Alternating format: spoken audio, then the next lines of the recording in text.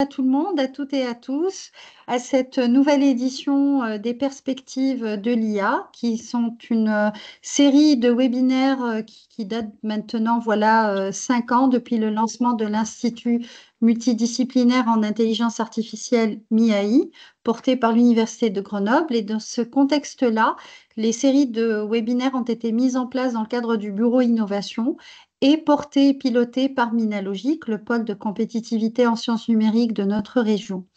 L'idée de ces webinaires, c'est de disséminer, acculturer la communauté et partager les différentes avancées autour de l'intelligence artificielle, ses usages et ses applications.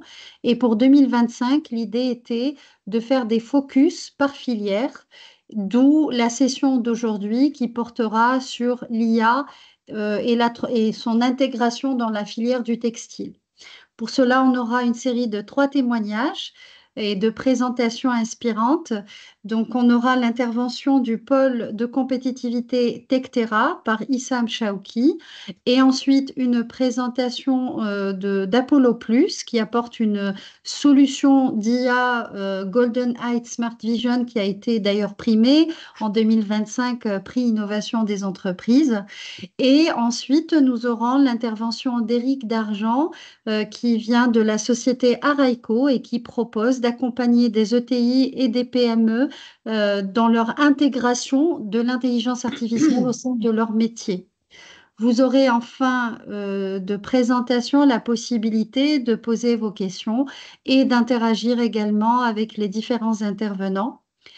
Et voilà, donc sans plus tarder, je passe la parole à Issam. Et je t'invite, Issam, à partager ta présentation si possible. Ok. Bonjour, est-ce que vous m'entendez très bien? Parfaitement bien. Super. Est-ce que vous arrivez à visualiser mon écran? Très bien. Si tu pouvais juste passer en... Voilà, super. Donc, je me présente, donc Issam Chauki, je suis chargé de projet innovation chez Tectera. Principalement, je travaille principalement sur la thématique industrie du futur, donc tout ce qui est digitalisation du process et innovation process, et aussi une partie, quelques projets sur l'économie circulaire. Donc, je vais commencer par présenter un peu Tectera pour ceux qui ne nous connaissent pas. Donc, Tectera, c'est le pôle de compétitivité du textile, innovation, en France. Donc, on a trois services. Donc, on fait tout ce qui est service innovation et R&D. Voilà, de l'émergence des idées, structuration de projet, la labellisation de projet et un accompagnement personnalisé, des fois sous forme de prestation. On fait aussi du développement au business, c'est tout ce qui est développement marché, donc les opportunités d'affaires, l'accompagnement sur les salons.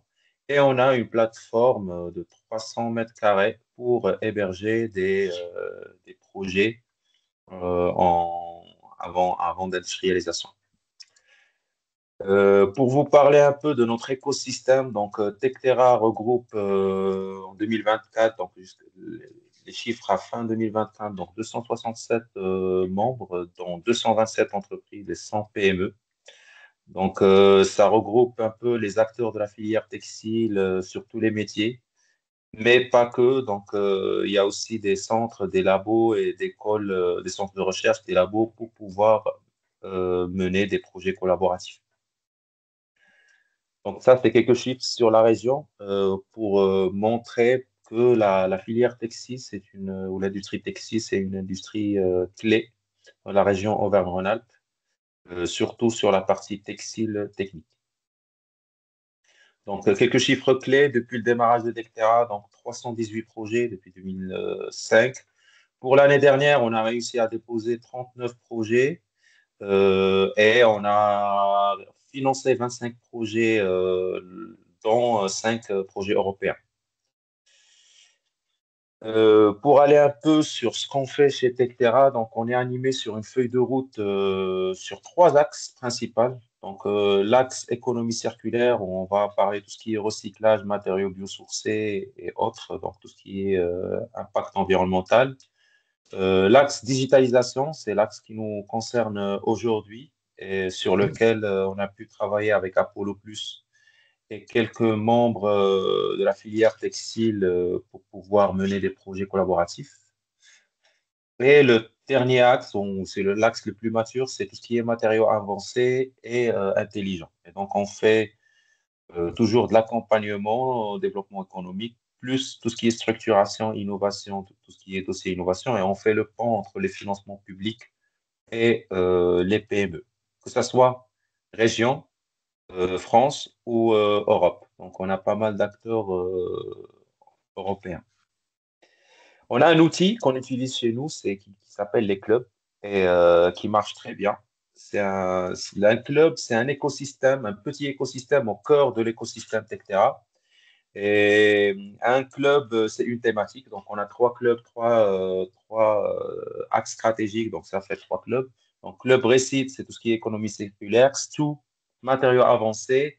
Et le club Industrie du futur, qui va concerner tout ce qui est axe digitalisation. Donc, ces clubs-là, ça nous aide, nous, à vraiment, à une première phase. Donc, je vous présente le club IDF, puisque ça concerne toujours la digitalisation. Je vais vous raconter rapidement comment on fait. Donc, le club IDF, c'est un écosystème de 13 acteurs, 13 PME, des textiliens. Principalement, donc pas d'offre de solutions dans le club. Donc, le club, il est toujours orienté besoin. Et pour la vision du club, c'est viser l'excellence opérationnelle et décisionnelle à travers la digitalisation. Donc, c'est toujours centré humain avec deux axes stratégiques, aide à la décision, tout ce qui est maîtrise de données, etc., aide à l'opération. Donc là, on parle automatisation, robots et autres. On a fait une sorte de diag au début des membres des clubs et on s'est fixé un objectif de monter en maturité de 14% en 3 ans. Donc, vous voyez très bien, là, c'est les axes sur lesquels on a pu diagnostiquer la maturité digitale de chaque membre pour pouvoir fixer les objectifs et les priorités derrière. Et donc, tout simplement, on a listé aux industriels textiliens les besoins. On a fait le diag, ça a donné un résultat par axe de travail et on a proposé les thématiques. Et toutes ces thématiques sont votées au niveau du club pour dire, tiens, telle thématique, c'est important qu'on la traite ou pas. Et donc, un club, c'est 4 jours, 4 rencontres par an. Chaque journée, il est autour d'une thématique. Donc, ça va être digitalisation pour l'énergie, digitalisation pour traçabilité, etc., etc. Donc, c'est sous ces formes-là. Et sur la journée, donc, on ramène des offreurs de solutions qu'on va faire intervenir à des briques technologiques à différents niveaux de maturité, à TRL amont, ça peut aller de TRL 4 jusqu'à TRL 7. Et l'objectif vraiment, c'est d'aller vers l'innovation. Donc, c'est des produits et des briques technologiques qu'on doit industrialiser chez nous dans la filière textile. On est membre de deux EDIH, Minasmart et Polytronics. Et ça, c'est les chiffres à mi-trajet. Donc, après 18 mois, on fait de la sensibilisation à acculturation. Ça va de la sensibilisation à acculturation, créer l'écosystème, donc rencontre de la filière avec les offres solutions. Et ça va aller vers des services vraiment individuels pour l'accompagnement des projets et tester avant d'investir. Donc ça, c'est les chiffres de 18 mois de Tectera, de la filière textile. Bon, c'est le nombre d'entreprises qui a pu bénéficier au service EDIH. Donc, on a trois sous-axes sur l'axe digitalisation. Donc, le premier, c'est les derniers slides, hein. Je vais pas trop tarder. Donc, premier sous-axe, c'est tout ce qui est digitalisation au service de la conception, donc la partie amont. Et donc là, on voit bien on a mis un code couleur qu'il y a de l'émergence, soit des projets financés ou projets déposés. Et par rapport à ces sous-axes, en 2024, on a fait beaucoup d'émergence, beaucoup d'ateliers. Donc, des ateliers, c'est des webinaires ou des rencontres de 2 heures entre offreurs solutions, briques technologiques et potentiels utilisateurs de cette brique. Et donc là, vous voyez bien qu'on a fait pas mal de projets, on a initié pas mal de projets et ça reste à déposer, à financer après. L'axe cœur de la digitalisation, c'est la digitalisation de la fabrication et là, on voit toutes les couleurs. Donc, on fait de l'émergence, on a déposé des projets et on a financé des projets. Et comme ça fait transition. Donc, Apollo Plus, ils ont pu travailler avec un industriel qui s'appelle TIL, donc Teinture et Impression de Lyon, sur leur projet. Donc, le besoin, c'était de contrôle qualité d'aspect du tissu imprimé. Et donc, là, on a pu monter un projet Apollo Plus et TIL. On a déposé le dossier l'année dernière. L'année dernière, montage du dossier, on a déposé, on l'a labellisé l'année dernière, il a été financé. Donc, le budget global du projet, il était de 700 000 euros. On a pu avoir un financement à 300 000 euros de la région. C'était le guichet transformation des PME par l'innovation. Le dernier axe, c'est celui de la digitalisation de la chaîne de valeur. Et là aussi, on va retrouver pas mal de couleurs. Donc, il y a ce qui a été déposé, ce qui a été généré, un peu aussi d'émergence dans des ateliers d'innovation sur les cybersécurités, par exemple. Et donc là, tout ce qui est, donc on parle ici de toute la chaîne de valeur. Donc, ça va regrouper les partenaires, les fournisseurs jusqu'aux clients. Et ici, on traite aussi les enjeux de traçabilité quand vous voyez là, par exemple, à l'exemple du projet Digitrace, qui est un projet qui va traiter la traçabilité du textile jusqu'à l'utilisateur. Et voilà, je tiens à vous remercier. Si vous avez des questions par rapport à ça, n'hésitez pas. Et je laisse la main après à Thomas. Merci beaucoup, Issam. Pendant que Merci. Thomas passe son jeu de slide, j'avais une question sur le programme d'accélération qui est proposé. Du coup, ça se traduit comment? Ce sont des ateliers, des mises en relation, c'est ce que vous disiez, mais est-ce qu'il y a par exemple des POC à faire valider avec des experts du domaine et des financements qui sont alloués aux porteurs de projets? Exactement. Donc, on va regarder à peu près les fonds publics, que ce soit sur la région. Bah, ça va dépendre du consortium. Si les actes, des fois, on a des acteurs un peu sur toute la France. N'oublions pas que on n'est pas qu'un, on est pôle textile France et du coup, on a des acteurs un peu répartis partout dans la France. Et donc, par rapport au consortium, on va aller chercher le guichet adéquat. Et derrière, faire du montage de projet. Donc, on va un peu structurer le projet, regrouper, animer des groupes de travail, voir l'appel à projet concerné, structurer, labelliser et déposer. Et on travaille souvent par success fees. Donc, si le projet il est financé, nous, on est gagnant. Sinon, on est perdant. Donc, on est sur une politique gagnant-gagnant. Après, Et- ça pourrait aussi aller vers des guichets européens aussi, parce qu'on a pas mal d'acteurs. Oui. On a des projets collaboratifs où il y a des industriels de la France, Allemagne, Belgique, etc. Et voilà. Donc, ça va dépendre vraiment de la localisation, du contenu du projet et du contenu de l'appel à projet. Et ça, c'est notre métier. C'est de faire l'adéquation entre tout ça et aussi aider à émerger les idées et être principalement, en fait, les clubs, c'est pour ça que je dis que c'est important, c'est un outil d'écoute de l'industriel. Et par Oui. rapport à cette écoute-là, ben, on est vraiment vers des besoins concrets et derrière, on propose des choses qui sont vraiment utiles et, et pertinentes pour l'industriel. D'accord. Et avec le projet Minaspar, donc c'est coporté entre vous et Minalogic. C'est aussi Donc, dans le la projet, même. Oui. donc, le projet Minasmart, c'est un EDIH. Donc, pour ceux qui ne savent pas, les EDIH, c'est des hubs de digitalisation Mhm. qui ont été créés par l'Europe. Donc, un EDIH, c'est une région et une thématique de digitalisation. Donc, il y en a une trentaine en Europe. L'un des EDIH de la région Auvergne-Rhône-Alpes, il s'appelle Minasmart.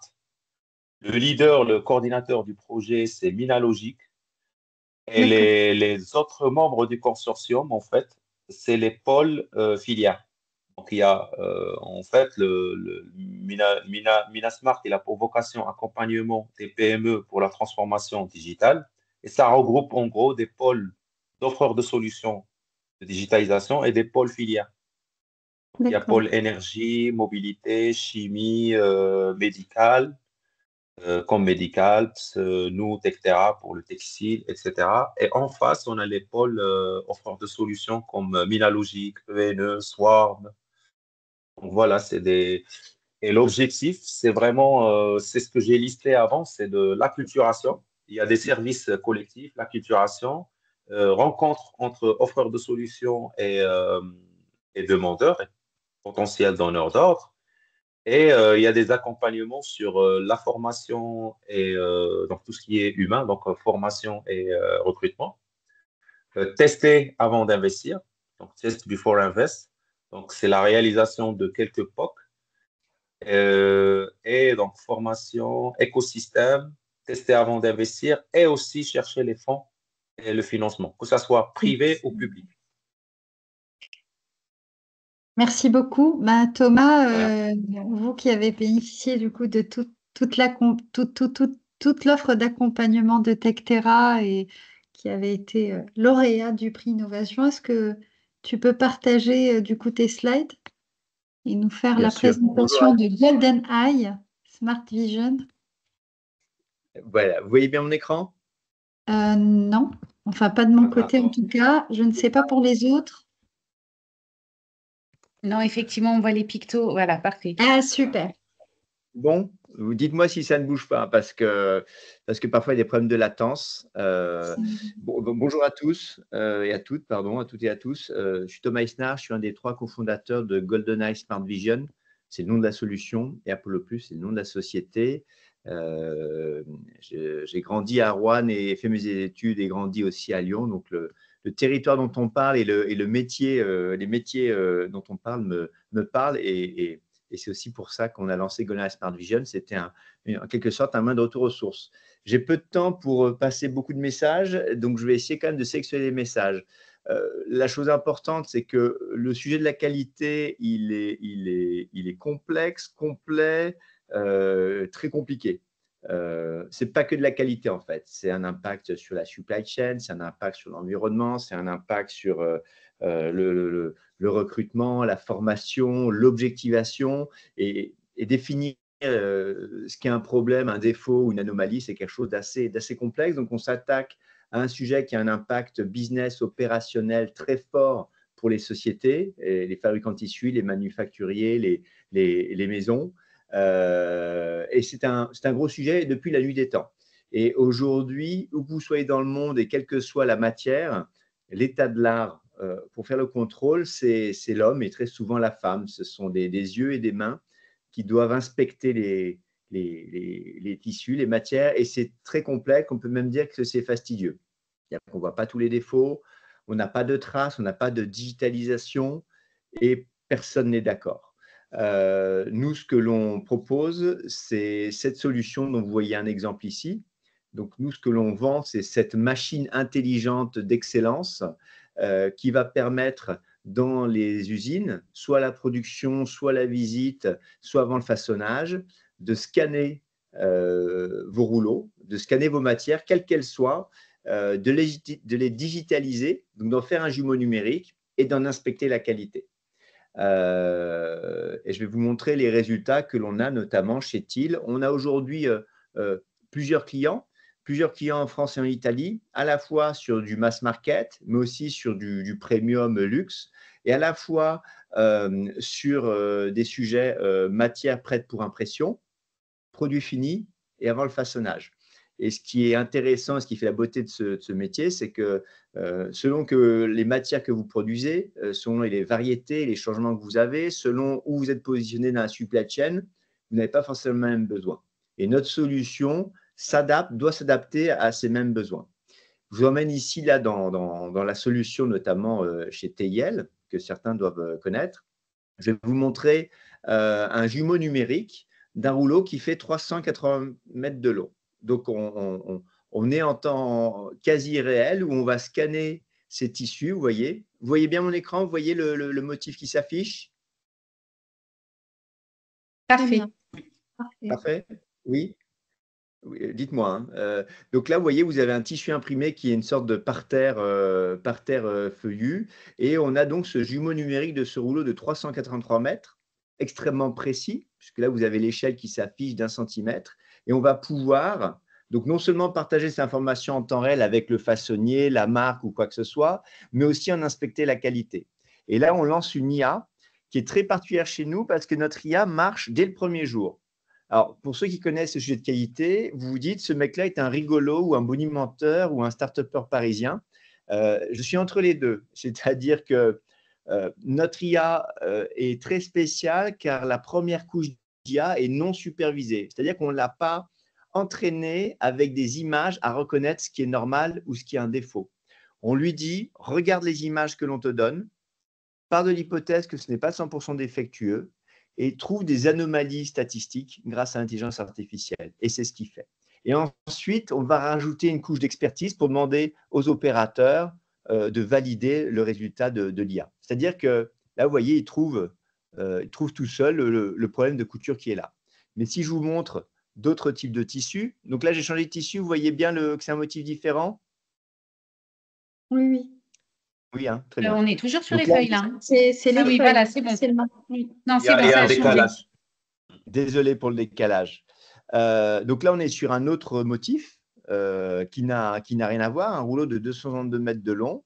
On lance l'IA et l'IA va nous trouver différents défauts. Elle va mettre en place différentes sonnettes. Donc là, vous voyez, on a quelque chose, un défaut, qu'on va pouvoir agrandir à l'image. Est-ce que vous voyez je crois que c'est un petit fil tiré. Oui. Oui, Excusez-moi, mais comme je sais rien. Donc en fait, la solution est capable de voir tous les défauts et même un peu plus qu'il y en a. Et le travail qu'on va faire avec nos clients, c'est de leur demander d'homologuer la solution. C'est-à-dire qu'ils vont dans ce menu et ils vont nous confirmer, donc je me balaye là de défaut en défaut, ils vont nous confirmer si ce sont des vrais défauts ou pas. Et ça marche dès le premier jour. Et c'est ce qui fait la force de notre technologie. C'est-à-dire que dès le premier jour, vous êtes en phase d'homologation, valider que les images sont de qualité, etc. Et à la fin, là, je vous emmène en Italie, dans une usine haut de gamme qui s'appelle Gentili Mosconi. Et là, on s'occupe de traiter les tuiles de soie. Et là, on est en production. Donc, on lance l'IA qui va trouver certains défauts. Vous voyez, il y a certaines sonnettes digitales qui apparaissent. On sait que l'on a 46 défauts sur ce rouleau. Et ce niveau de défaut va pouvoir varier en fonction du grade de qualité que l'on attend. C'est-à-dire qu'en fonction de la maison ou de l'usage, doublure ou robe ou chemise, on va pouvoir faire varier le grade de qualité. Et là, sur ce grade de qualité, j'ai 46 défauts. Mais si je vais sur un grade de qualité plus exigeant, je vais passer à 134 défauts, vous voyez. Et c'est ça la puissance de la solution, c'est qu'elle permet de s'adapter à votre qualité, de objectiver et normaliser les choses et aussi de pouvoir dire, ben, cette matière-là est bonne pour un usage, pour telle maison et pas bonne pour tel usage et pour telle maison. Et ça permet aux opérateurs, aux visiteuses, en fait, d'avoir, non pas de s'abîmer les yeux et les mains à essayer de tout voir, ce qui est impossible, mais dans ce travail d'arbitrage. Et donc, la solution vous avez aussi une solution en SaaS, hein, donc vous y accédez en temps réel. Et vous pouvez aussi, bien sûr, éditer des rapports d'inspection papier, les envoyer. Vous avez ici les vrais défauts qui sont signalés, qui rentrent dans la bonification, avec le taux de défectuosité, et donc c'est du premier choix. Et l'indice des défauts qui rentrent en bonification avec leur dimensionnement, leur positionnement et la labellisation. Est-ce que c'est un défaut de trame, de fil lucide ou quoi que ce soit? Et c'est ça qui permet donc d'avoir une vision objective et totale des défauts. Et quand je vais sur la solution, je suis capable de faire afficher les vrais défauts. Donc sur 134 anomalies, en fait, j'ai 13 véritables défauts, puisqu'on a soit des défauts, ceux qui ont dans la bonification, soit des informations, c'est-à-dire que ce ne sont pas des défauts en termes de bonification, mais ça va rentrer dans… C'est utile pour la suite de la supply chain. Voilà, donc de façon très rapide, hein, il me reste 2 minutes. Si je reviens sur les explications, on est sur une solution qui est la première solution au monde à être sur une IA d'abord non supervisée. ce qui fait qu'elle donne des premiers résultats dès le premier jour. Ces premiers résultats ne sont pas satisfaisants, mais ça permet une homologation très rapide via le protocole et la solution que je vous ai montrée. On fournit aussi le jumeau numérique, ce qui est aussi une première mondiale, qui permet de stocker, d'archiver et de partager une information en temps réel. Ce qui est important, c'est que les bénéfices pour l'industrie qui sont déjà identifiés et captés, c'est jusqu'à 3 points d'amélioration de la marge brute pour un fabricant de tissu, puisque ça représente le process qualité plus le coût de la non-qualité représente entre 3 et 10% de l'équivalent chiffre d'affaires d'un fabricant de tissu. Et c'est intéressant à chaque fois de poser la question aux entreprises pour savoir comment il est calculé et s'il est calculé. On a aussi la réduction des émissions de carbone puisqu'on va produire autant avec moins de matière. Donc, on ne va pas perdre de capacité de production. On va produire sur moins de matière pour produire autant de demandes et on va optimiser la matière à la fin en faisant une roule parfaite. Pour les maisons ou pour ceux qui sont intégrés, on a des gains de lead time entre 2 semaines et 2 mois. Et tout ça, en fait, grâce à une gestion collaborative, objectivée et partagée de la qualité. Voilà pour faire, bon, on coche pas mal de cases, hein, que ce soit Industrie 4.0, France 2030, souveraineté, productivité, RSE, on coche pas mal de cases. Le ROI de la solution est fort. On n'est pas là pour remplacer les visiteuses. Les enjeux sont ailleurs, j'insiste là-dessus. On est plus sur les sujets de réassurance qualité, d'automatisation, d'objectivation de la qualité. Merci Thomas. Mais je vais me permettre une petite question. Est-ce qu'on peut également analyser, en tout cas, ou contrôler la contrefaçon avec la solution? Alors, notre vocation, on crée une data qui aujourd'hui n'existe pas. Parce qu'aujourd'hui, vous savez, il n'y a pas de data. Donc, en effet, on est capable, en gros, vous avez compris que l'IA non supervisée veut dire qu'on modélise l'ADN du tissu. Donc, le marché gris, le marché de contrefaçon, c'est quelque chose qu'on pourrait faire. Aujourd'hui, on n'a pas été questionné vraiment sérieusement là-dessus. En revanche, si un jour un fabricant ou une maison nous apporte une chemise ou un vêtement, on peut le scanner. Et comme on a une résolution extrêmement puissante, hein, je ne sais pas si ça parlait mais on est une résolution très, très puissante puisqu'un pixel fait 6 microns. On est capable d'aller chercher l'appariement de ce vêtement dans notre base de données et de voir d'où vient ce tissu ou de voir qu'il ne vient pas de l'usine où il était censé venir. Donc oui, on est capable de faire ça. Mais aujourd'hui, ce n'est pas le cas d'usage. Le cas d'usage, on est vraiment sur un cas d'usage production, accélération de la supply chain et amélioration de la relation client-fournisseur parce que les problèmes de qualité sont en train d'exploser. C'est ce que nous remonte le marché et ça crée des frictions entre clients et fournisseurs qui travaillent depuis des dizaines d'années ensemble, mais qui n'arrivent pas forcément à se parler. Et là, on vient objectiver et clarifier tout ça. C'est surtout ça le cas d'usage. Merci beaucoup Thomas. J'invite Eric à partager ses slides et à prendre la parole. Entre-temps, je vous rappelle à toutes et à tous qu'il vous est possible de poser vos questions dans le chat. Et en fin de présentation aussi, que vous puissiez prendre la parole et interagir avec nos intervenants. Merci Eric, je t'en prie. Avec plaisir. Bonjour à tous. Donc effectivement, moi, dans la continuité des présentations précédentes, je vais vous parler de mener des projets IA, comment on mène un projet IA, comment on peut vous accompagner. Nous, à Raïco, on est au service de beaucoup d'industries, y compris le textile.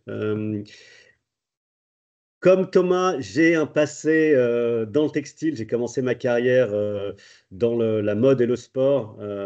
Donc, être avec vous aujourd'hui me ramène quelques années en arrière. C'est un plaisir de faire la jonction entre ce que je fais aujourd'hui, l'IA, et mon expérience d'avant. À Raïco, on est une société qui a maintenant 5 ans d'expérience, qui a une double culture scientifique et industrielle. Donc, on a été fondé par un ingénieur industriel, alors lui qui vient de l'automobile, mais donc avec vraiment cette connaissance fine de l'industrie, aussi bien sur des fonctions achat, qualité, direction de BU, innovation, et puis la science avec Colin Bernet, qui est un chercheur du CNRS, qui en particulier a monté l'équipe de machine learning au CERN pour gérer la masse de données qui vient de l'accélérateur de particules. Donc, Colin, c'est quelqu'un qui fait de l'IA, le machine learning, je ne sais pas si ça parle à tout le monde, mais c'est une des grandes familles de l'IA depuis 25 ans. Donc, il y a une expertise scientifique très forte chez Araïko. Aujourd'hui, on est 42, 43. On a un pilier de compétences qui est donc la science, avec une douzaine de chercheurs, docteurs en sciences dures. Des gens qui savent industrialiser des solutions. Donc, Thomas en a montré un très bel exemple. L'idée, c'est pas de faire de l'IA en laboratoire ou sur des PC de scientifiques. C'est de créer de la valeur avec des solutions qui soient déployées dans les ateliers, dans les usines, dans les systèmes d'information de vos entreprises, et que ce soit des outils sur lesquels vous pouvez vous reposer chaque jour. Et pour identifier ces projets, pour les qualifier et développer des solutions, il faut avant tout, alors bien sûr, il faut cette expertise technique au niveau IA et développement informatique, mais il faut une approche métier qui est forte. Et j'imagine que l'historique de Thomas l'a aidé dans la compréhension fine du besoin de ses clients dans le textile. Il ne s'agit pas de faire du tech push, hein, de prendre l'IA en théorie et d'essayer de voir ce qu'on peut faire avec. C'est de partir d'un besoin vraiment dans vos entreprises. Et pour ça, c'est vraiment essentiel quand vous menez un projet IA de vous assurer qu'il y a cette bonne articulation entre ces différentes compétences. Compétences scientifiques, une capacité à comprendre les enjeux d'entreprise, les enjeux métiers, et une capacité après à industrialiser les solutions IA. Donc nous, à Araïko, je vous disais, on est 43 aujourd'hui, on a peut-être plutôt 130 clients aujourd'hui, ça fait 5 ans qu'on existe. On est particulièrement certifié expert d'ATEIA par BPI France, qui est un autre partenaire institutionnel aux côtés, avec des interactions avec un certain nombre des pôles de compétitivité, clusters, etc. Et qui en particulier peut aider les PME et les ETI dans l'intégration de l'intelligence artificielle au travers d'un diagnostic qui est une mission subventionnée. Donc il y a quand même un certain nombre de guichets potentiels pour aider des projets IA. Et une super porte d'entrée, c'est ce diagnostic qui s'appelle Diagnostic Data IA. Donc pour toutes les entreprises ici qui sont éligibles, c'est-à-dire qui font plus de 1 million de chiffre d'affaires et qui ont moins de 2000 salariés, donc ça fait quand même un panel assez large. Rapprochez-vous de vos référents BPI France. Ce diagnostic, il a pour but d'identifier des cas d'usage à très fort potentiel pour votre entreprise. Donc encore une fois, c'est vraiment une approche business et métier avant de parler de tech. Vous allez bénéficier au cours de ce diagnostic d'un accompagnement d'experts IA pendant 10 jours, si vous êtes dans le format BPI, ces experts vont étudier votre métier, vos enjeux opérationnels et identifier des projets IA qui peuvent répondre à certains de ces enjeux opérationnels ou enjeux de développement. L'IA ne peut pas tout faire, mais l'IA, quand même, c'est une énorme boîte à outils assez fantastique qui peut créer beaucoup de valeur. L'essentiel, c'est de créer de la valeur là où c'est important pour vous, et donc de partir vraiment des besoins de votre entreprise aujourd'hui et dans l'avenir que vous arrivez à projeter. Donc nous, c'est ce qu'on fait en partie chez Araïko depuis 5 ans. On travaille essentiellement pour des PME, des ETI, donc des entreprises de ces tailles-là, et principalement dans l'industrie. Et comme vous le voyez à l'écran, on travaille aussi dans un consortium sur une autre industrie avec Airbus pour aider toute la filière aéronautique, PME et ETI, à intégrer l'IA. La démarche qu'on recommande sur une stratégie IA, nous, on l'a articulé autour de cet acronyme ARA. Donc, on a comme nom Araïko. L'ARA, c'est le perroquet coloré et surtout très intelligent qui, dans l'imaginaire collectif, peut se poser sur l'épaule du capitaine pour lui montrer la direction. Donc, c'est un peu ce qu'on cherche à faire chez Araïko. Et donc, on propose un accompagnement, mais qui ressemble à mon avis, la démarche que chacun devrait adopter pour pour définir une stratégie IA vraiment pertinente, ça commence généralement par cette phase d'acculturation et de diagnostic. Alors aujourd'hui, vous êtes tous là pour un atelier sur cette thématique, donc c'est une forme d'acculturation. Notre expérience, nous, c'est qu'on a souvent des sponsors, des gens très motivés sur l'IA dans les entreprises, mais pour avancer, ils ont besoin de convaincre leurs collègues, la direction, les autres membres du CODIR. Et là, généralement, on se retrouve avec des angoisses, des fantasmes de baguettes magiques, enfin, un tas de choses un peu nébuleuses, mais qui nous éloignent du concret.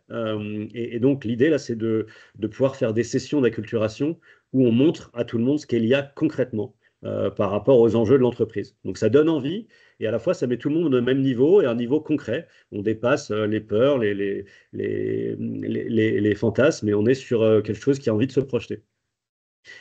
Après, ce qu'on appelle révéler, c'est le diagnostic dont je vous parlais. Donc, vraiment identifier les projets qui sont prioritaires pour vous. Encore une fois, le diagnostic data IA, c'est une démarche qui est très intéressante, qui est très structurée. Nous, on peut vous accompagner. Il y a 2 experts qui le font aussi. Et puis, une fois que vous avez défini cette roadmap, bien sûr, l'idée, c'est d'avancer et de développer des projets comme le magnifique projet que Thomas a présenté avant, avec un besoin ou non de preuve de concept sur des choses très, très pointues. Il peut y avoir besoin de faire des préétudes, des preuves de concept. Il y a des choses beaucoup plus déployables beaucoup plus facilement. Aujourd'hui, l'IA, encore une fois, c'est une grande boîte à outils. Il y a des choses qu'on peut déployer très vite pour créer de la valeur. Il y a des choses plus complexes, qui ont peut-être plus de potentiel, qui vont demander des preuves de concept, des études, etc., avant de déployer une solution. Donc voilà un petit peu à la fois les compétences clés dont vous avez besoin et puis le type de démarche que je vous invite à imaginer. Alors, si vous avez déjà estimé que vous êtes tous acculturés dans l'entreprise, vous êtes prêts à avancer, peut-être un diagnostic. Si vous avez déjà identifié des cas d'usage forts, rapprochez-vous d'experts qui sont capables de développer ou de déployer ces solutions pour vous. Vous êtes peut-être à différents niveaux du chemin, mais quand on part de zéro, voilà, c'est un peu la démarche qu'on conseille.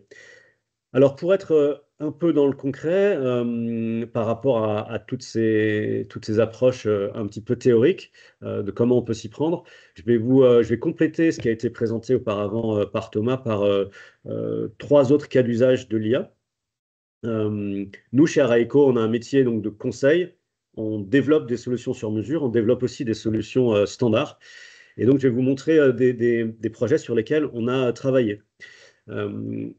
Donc, un premier cas d'usage concerne les archives textiles. Donc, pour beaucoup de métiers dans le textile, on a des entreprises qui ont un historique important et qui ont des archives qui sont souvent des archives physiques. Alors, au mieux qu'on peut peut-être scanner des pages, mais en tout cas, on se retrouve avec, on l'a croisé fréquemment, ces livres d'archives avec des échantillons de motifs.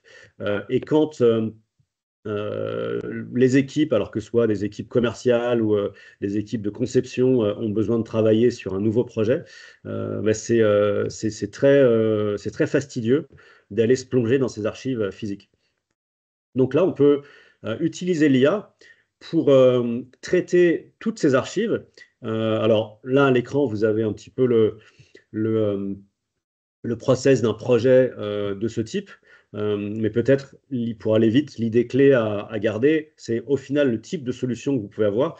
C'est un moteur de recherche intelligent, qui peut même avoir comme interface un chatbot, qui va vous permettre de rechercher alors, par mots-clés, par une image, voire en parlant naturellement. Donc, demander, je cherche un motif avec des rayures rouges et puis des perroquets bleus. Et là, le moteur IA va pouvoir aller vous chercher les échantillons de motifs qui correspondent à votre recherche. Donc, comme vous pouvez imaginer, un gain de temps phénoménal qui permet de valoriser l'ensemble de ces archives. Voilà sur un premier cas. Un deuxième cas qui est plus proche de ce qu'a montré Thomas, mais on n'est plus sur le tissu, on est sur la machine, où là, on est également dans de la recherche de la détection d'anomalies. Donc là, encore une fois, au niveau de la machine, où on va entraîner des modèles IA pour détecter automatiquement des anomalies sur la machine, et donc qui vont et j'ai bien aimé ce que rappelait Thomas, que les solutions IA sont des assistants, ça ne remplace pas l'humain, c'est des assistants qui systématisent, qui permettent d'apporter de l'objectivité et qui permettent aussi c'est des machines qui vont être disponibles en permanence, et donc peut-être de pallier par rapport à tous les fonctionnements humains, les horaires, etc., les moments de fatigue peut-être.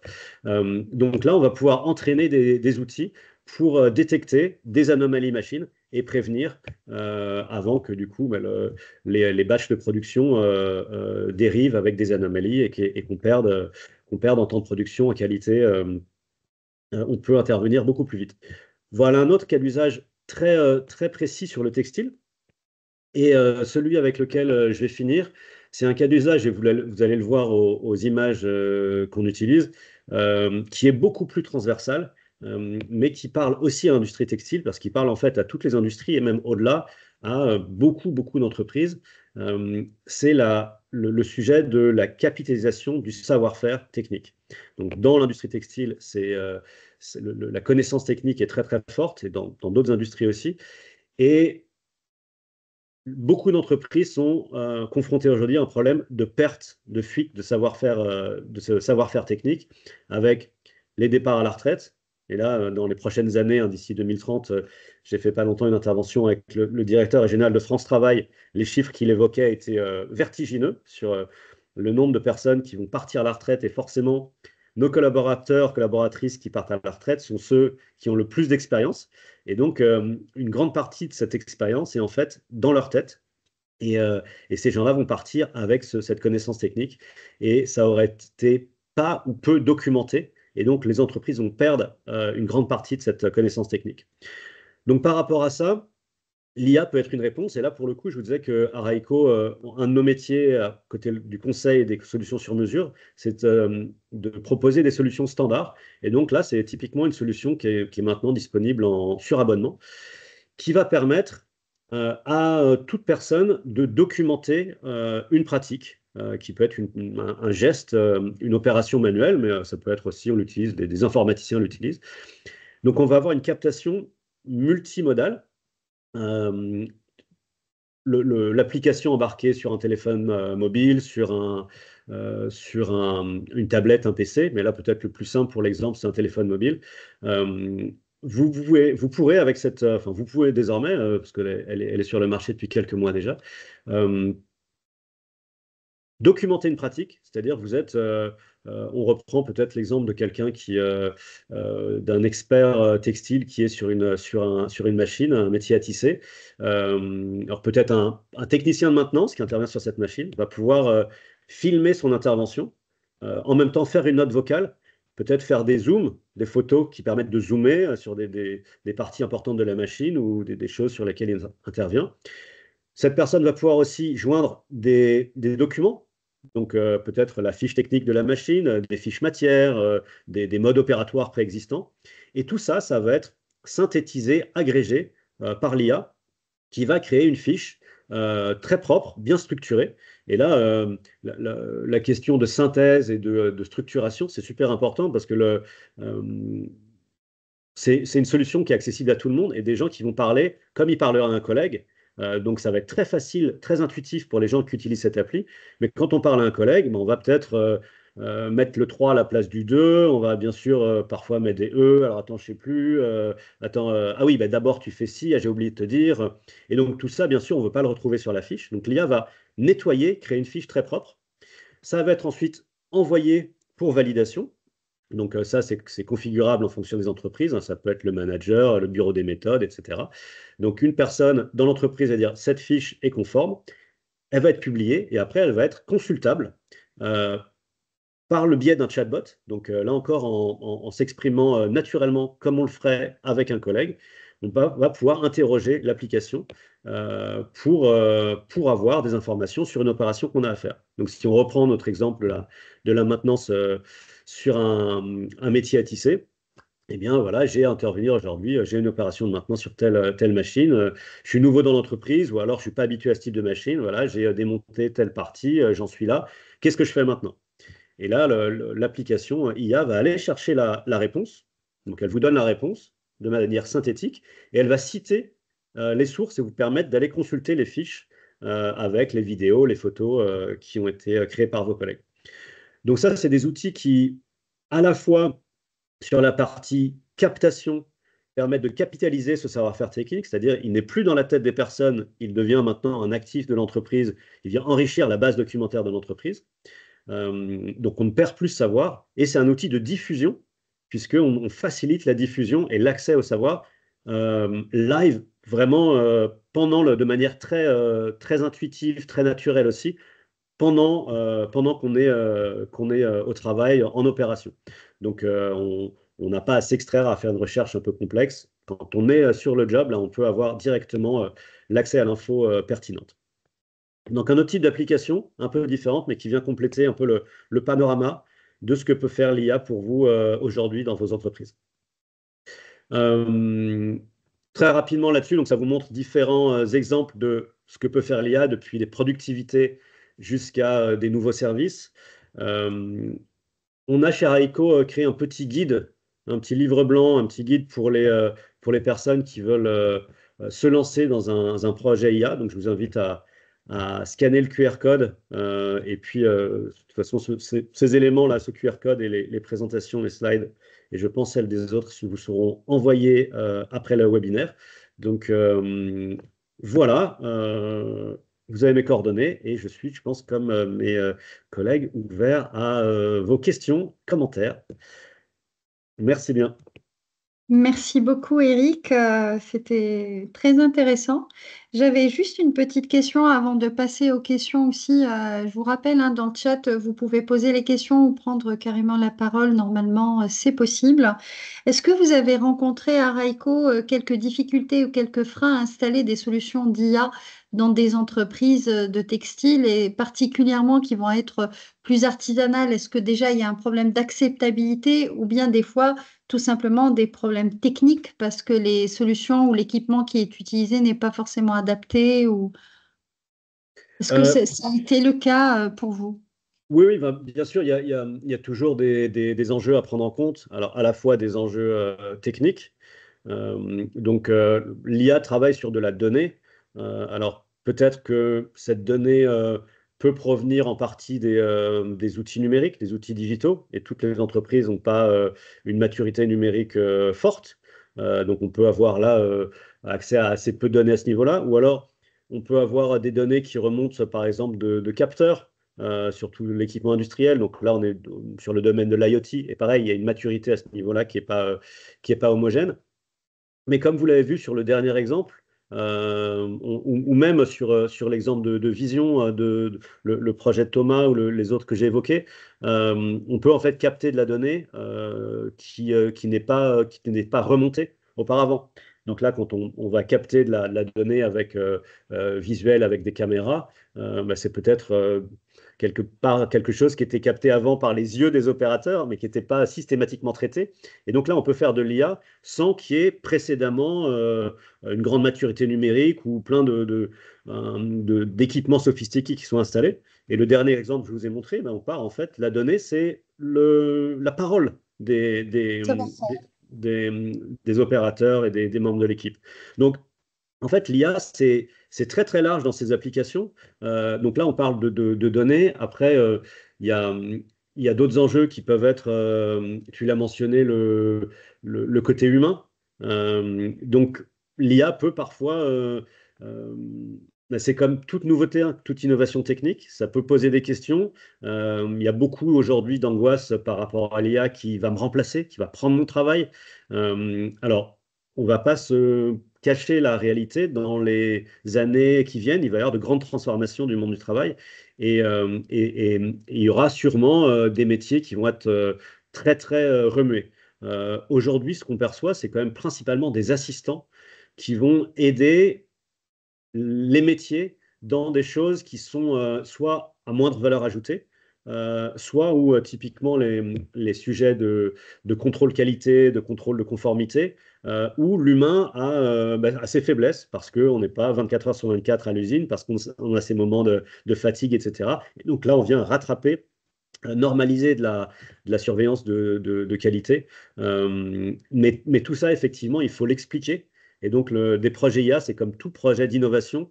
Il faut au maximum le co-construire avec les utilisateurs, utilisatrices, expliquer les enjeux, leur expliquer comment cette solution va les aider, et puis co-construire l'interface, l'intégration pour que ce soit le plus ergonomique sur les postes de travail et dans leur façon de faire leur job au quotidien. Merci beaucoup, Eric. Je note qu'il y a une question pour Thomas Isnard de Sonia Abbès qui te pose la question suivante. Est-ce que l'IA sait classifier les défauts qui sont détectés? Elle dit qu'elle peut fonctionner sans supervision, donc c'est la solution de GoldenEye, au moment de l'entraînement et détecte des défauts au moment de l'inférence. Mais à quel stade vous venez de dire que c'est un défaut classe A, B ou C? À quel moment vous pouvez identifier la classe de défaut? Et l'autre question, est-ce que la solution est adaptable au cuir? Parce que pour l'instant, enfin, ce que vous nous avez présenté, c'était sur un tissu. Il faut activer le micro, Thomas. Pardon, merci Super. il y a 3 questions en fait. Merci beaucoup. Je vais commencer par la dernière. Oui, elle est adaptable au cuir. Et on a déjà fait des tests puisque notre solution étant non supervisée. Et Sonia, si vous le souhaitez, on peut prendre rendez-vous et je vous montrerai les résultats pour le cuir. Pour faire réussir un projet d'IA, je reviens aussi à ce qui était dit précédemment et sur quoi je te fais d'accord, c'est qu'une fois que vous avez une IA qui fonctionne, une fois que vous avez un système optronique qui permet de prendre des images, donc de créer de la data là où il n'y en a pas, une fois que vous avez un logiciel qui fonctionne, vous n'avez fait que 80% du chemin. Parce qu'il faut l'intégrer dans un process industriel et surtout, il faut que ce soit conforme, et je réponds à votre deuxième question, à vos règles qualité. Et vos règles qualité, vos exigences qualité sont systématiquement différentes. Et c'est ce que permet de faire notre solution. Dans la question que vous posez, Sonia, je me permets de vous appeler Sonia, j'espère que vous ne m'en voulez pas. La première couche d'IA, elle dit ça, c'est non supervisé, elle dit ça, c'est pas normal, je ne sais pas l'expliquer. Donc, c'est une anomalie. Merci. C'est une anomalie. En revanche, elle n'est pas capable de la qualifier. C'est en fait la qualification, il y a 2 qualifications. Dire quel type de défaut c'est fait par tous nos clients de façon conjointe. Donc là, plus on a data, plus on a clients, plus on est rapide pour détecter les défauts, mais aussi pour les labelliser. Mais la phase où vous allez être en pleine responsabilité et pleine souveraineté, c'est quand vous allez dire ce défaut reconnu, oui, c'est bien un défaut, ou non, c'est pas un défaut, ou alors c'est une information. Et j'insiste sur cette distinction entre défaut qui rentre dans les points de bonification, ou j'ai oublié le nom, enfin bref, qui impactent la production, votre chiffre d'affaires, vos avoirs, etc. Et les défauts qui sont des informations qui sont utiles pour la suite. Donc, si je résume, notre solution, en fait, dans le pipeline d'algorithmes, une fois qu'on a les images, qu'on a fait ce Google Maps du tissu, vous avez ce jumeau numérique que vous avez vu, l'IA non supervisée va toute seule voir un certain nombre de défauts. Elle va vous proposer donc ces défauts-là et éventuellement vous proposer une labellisation. Je vous ferai une démo. Si vous n'êtes pas d'accord sur le fait que c'est un défaut ou si c'est une labellisation différente, vous lui dites. Et c'est en faisant ça sur quelques rouleaux que l'IA va apprendre. Et sur donc défauts, classe A, classe B ou C, ça, ce sont vos propres règles. Et je vous ai montré la gestion du grade qualité, mais aussi des règles de gestion que je n'ai pas pu vous montrer, qui permettent d'aboutir ensuite au rapport d'inspection finale, qui dit le niveau de est-ce qu'on est grade A, B, C, de niveau de bonification, qui isole les défauts, les positionne et en donne la dimension et bien sûr le type. On a commencé ce sujet il y a 6 ans, hein, pardon. On a commencé ce sujet il y a 6 ans, donc là, on est en production. On se développe sur différents types de matières. que ce soit le luxe, le mass market, les imprimés, la soie, enfin, tout type de chaîne et trame, de structure, d'étoffe, et aussi sur les composites. Et le cuir. Et je reviens sur le cuir, parce que j'ai une des qualités, c'est d'être honnête. Le cuir, on a une technologie prometteuse, mais il y a encore tellement d'humain, d'artisanal, de toucher dedans, que je pense que ça prendra du temps. Ce n'est pas une question d'IA, c'est une question de comment je l'intègre aujourd'hui à mon process. Merci beaucoup, Thomas. Je vois que Shaoki t'a levé la main. Oui, j'ai levé la main juste pour compléter deux éléments de réponse parce qu'en fait, je rejoins Eric sur la partie orienter la solution sur le besoin et d'où l'intérêt en fait, de travailler avec les pôles. Parce qu'en fait, nous, chez Tectera, on va jamais générer ou faire un projet d'innovation sans besoin. En fait, l'élément déclencheur, comme je l'ai dit, c'est le besoin chez l'industriel. Ça, de un. De deux, le deuxième point fort, c'est qu'on a un état de l'art mondial. Quand Thomas il est venu nous voir avec sa solution, je lui ai clairement dit, si ta solution elle se base sur une défotech, ce n'est pas une INO. Si elle contrôle que le tissu uni, ce n'est pas une INO. Et c'est pour ça qu'en fait, Thomas, dans son cas d'usage, il montre le tissu imprimé. Et les textiliens, ils vont confirmer, c'est le plus difficile à contrôler.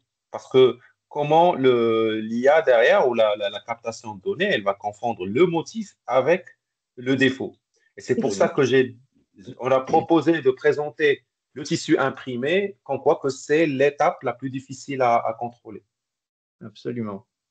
Donc voilà. Donc c'est juste pour compléter l'intervention d'Eric sur le besoin et pourquoi on a choisi de faire une démo avec le tissu imprimé. Je vois que le sujet est passionnant. Merci beaucoup.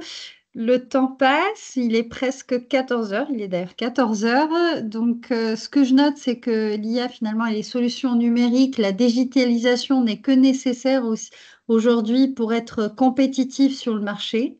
C'est important pour la filière du textile au niveau français, pour rester, oui, pionnier dans le domaine, compétitif, toujours dans l'excellence. En tout cas, je remercie les trois interventions. Merci beaucoup. C'était très instructif. Moi, je suis pas du tout du domaine, donc c'était vraiment un plaisir. Je remercie aussi tous les participants. Je vous rappelle juste que ce webinaire sera disponible sur la chaîne YouTube de MIAI et aussi de Minalogic, ainsi que les slides vous seront transmises.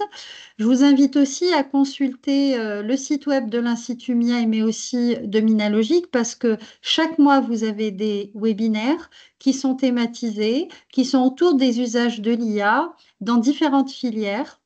Donc, n'hésitez pas à consulter le calendrier de ces webinaires. Pour ma part, je m'appelle Manel Boumegoura et je suis ici au titre